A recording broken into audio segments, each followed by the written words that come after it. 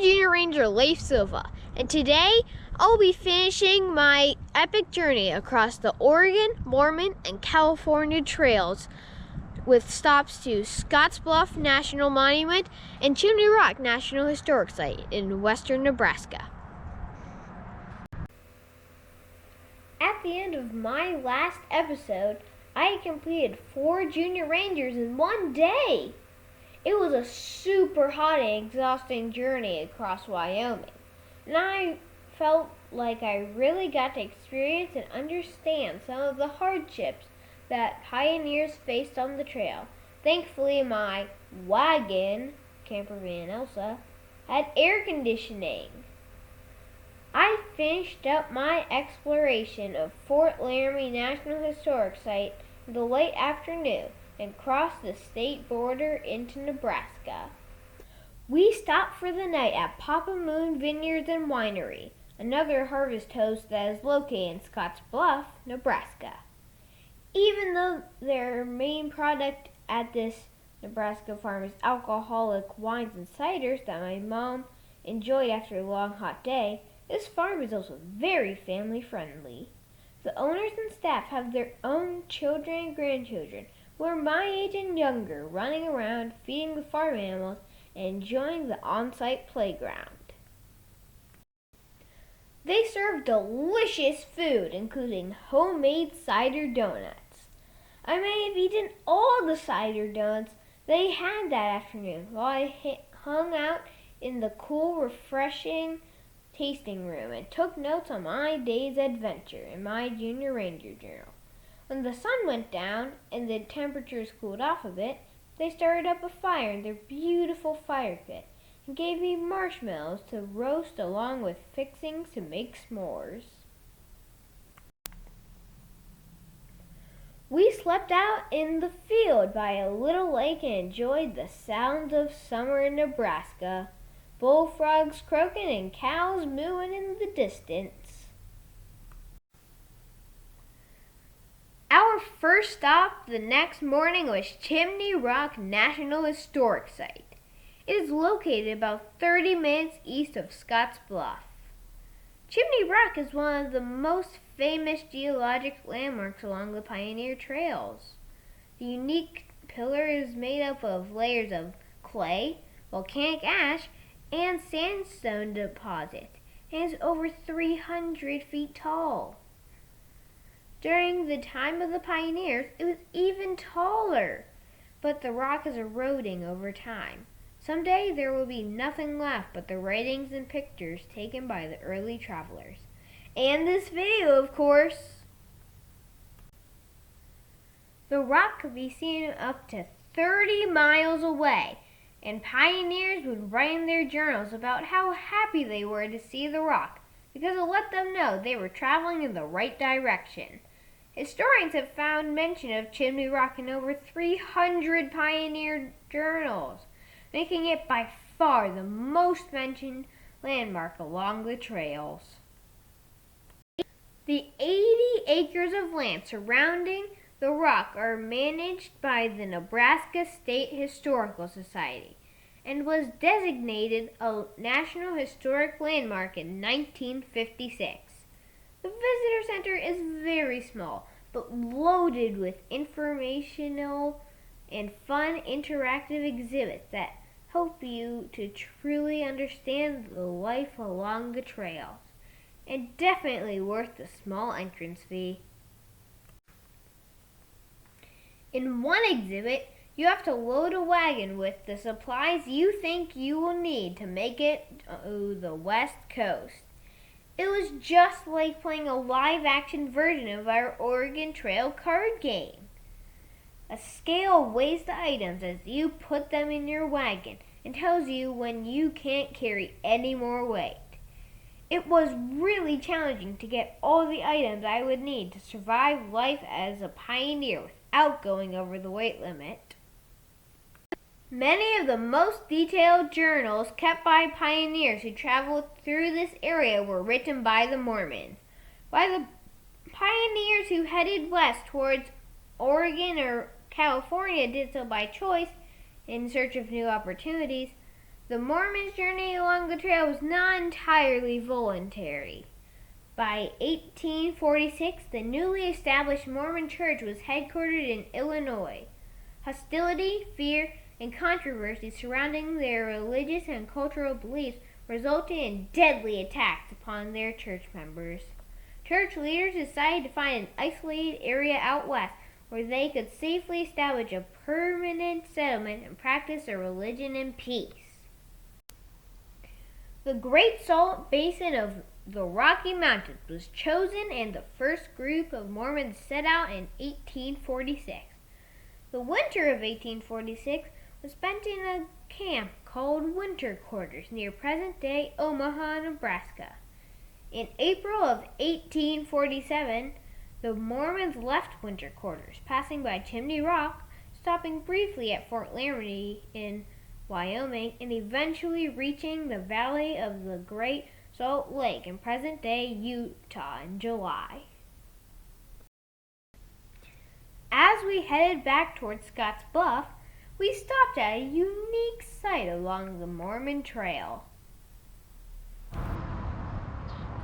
This is the gravesite of Rebecca Winters. She was a Mormon who died on the trail. She was so belovedly loved that her fellow Mormons carved her name into a wagon wheel as a grave marker.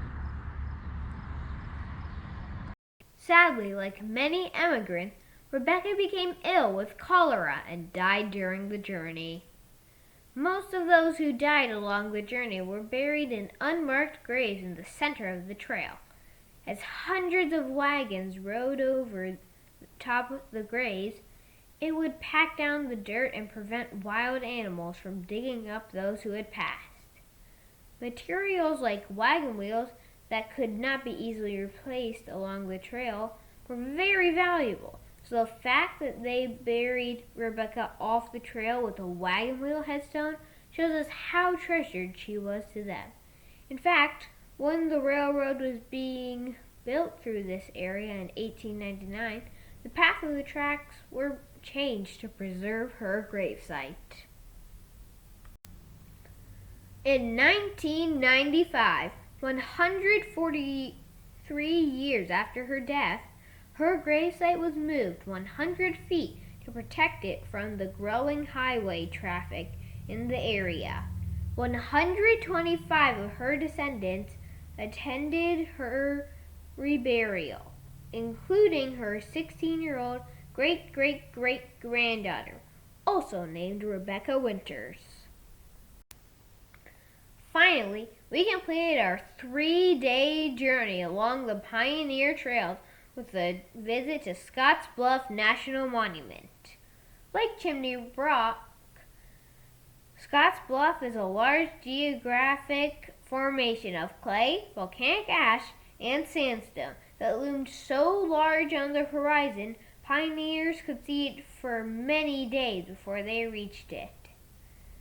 They sometimes called it the Nebraskan Gibraltar. Also like Chimney Rock, the High Plains Ridge that makes up the bluff is eroding over time and eventually will cease to exist. The most recognizable feature of the bluff, Eagle Rock, is 800 feet tall and is protected from erosion by a layer of harder capstone. Scotts Bluff was a hub of activity for Native Americans and later for fur traders long before it became associated with the pioneer trails. In fact, it is named after fur trader Hiram Scott, who died at the base of the bluff in 1828. Originally, the tall, continuous badlands of the bluff intimidated pioneers, and they passed this area about 9 miles to the south. Even the Native Americans called Scotts Bluff Miapati, or hill that is hard to go around. In 1850, an area closer to Eagle Rock, known as Mitchell Pass, was widened to allow wagons through, and this cut off 8 miles for the journey. The Visitor Center has a great short movie about the history of Scotts Bluff to get you started.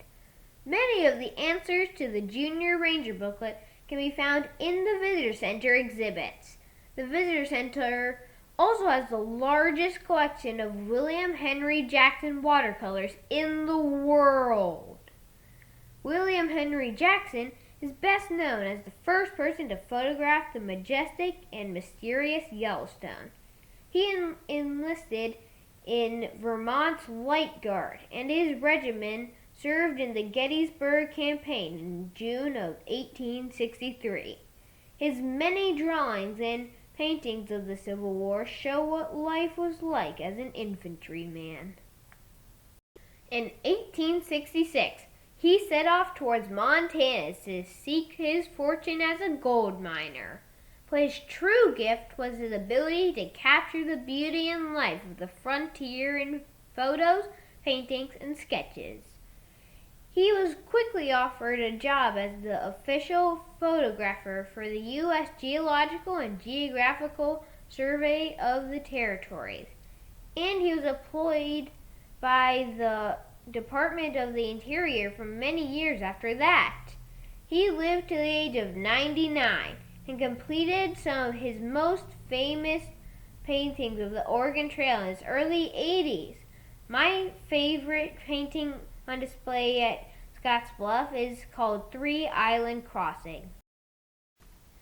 Once I completed my Junior Ranger down in the Visitor Center, Mom and I drove to the top of Eagle Rock on the Scotts Bluff Summit Road to hike along both the north and south overlook trails. Along the hike, we met up with Ranger Ty again. He was the ranger who swore me in down at the Visitor Center. We played a fun game of matching the names of native plants to their pictures. He taught us how to make soap and rope out of leaves from the yucca plant. The top of the overlook was quiet and peaceful. I could see out over Mitchell Pass and the many miles along the Oregon Trail. By the time the wagons reached the bluff, they had already traveled 1/3 of the 2,170-mile trip to Oregon. So, very few of the pioneers had the energy to climb up to this beautiful viewpoint. They didn't get to see the long distance they had already traveled, or where they were headed off in the distance. Even though this was the end of my journey along the pioneer trails, it's only the 3rd day of my 5-week Every Kid Outdoors epic road trip, so I felt like I knew a little bit about the anticipation and also the excitement that the pioneers must have felt as they continued on their journey past Scotts Bluff. I completed 2 more Junior Rangers here in southwestern Nebraska, bringing my total to 9. Next up, I'm heading through the lonely Nebraska plains to Agate Fossil Beds National Monument and the Nebraska Badlands in Toadstool Geological Park. And who knows, maybe I'll see you out there.